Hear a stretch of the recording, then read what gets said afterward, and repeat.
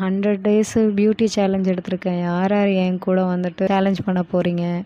நான் வந்துட்டு கண்ணுக்கடியில் குழந்தைய பார்த்துக்கிறதுனால கண்ணுக்கடியில் கருவளையம் வந்திருந்தது. இதை யூஸ் பண்ண கருவளையெல்லாம் போயிடுச்சு. அதனால கண்ணு உள்ளே போனது மட்டும் வெளியிலே வரலை.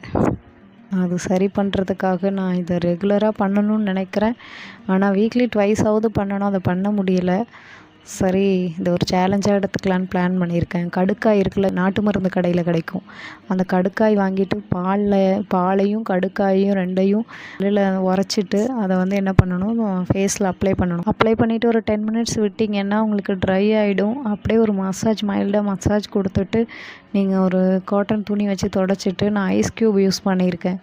Potato ice cube. நான் பழைய வீடியோ பார்த்தீங்கன்னா உங்களுக்கு தெரியும். மசாஜ் கொடுங்க, கண்ணுக்கு கூலிங்காக. சிஸ்டம் இதெல்லாம் ரொம்ப நேரம் நமக்கு பார்க்கும்போது கண் ரொம்ப ஹீட்டாக உள்ளே போயிடும். அதனால் நீங்கள் எல்லோரும் ட்ரை பண்ணுங்கள், ட்ராவல் பண்ண தொடங்குங்க.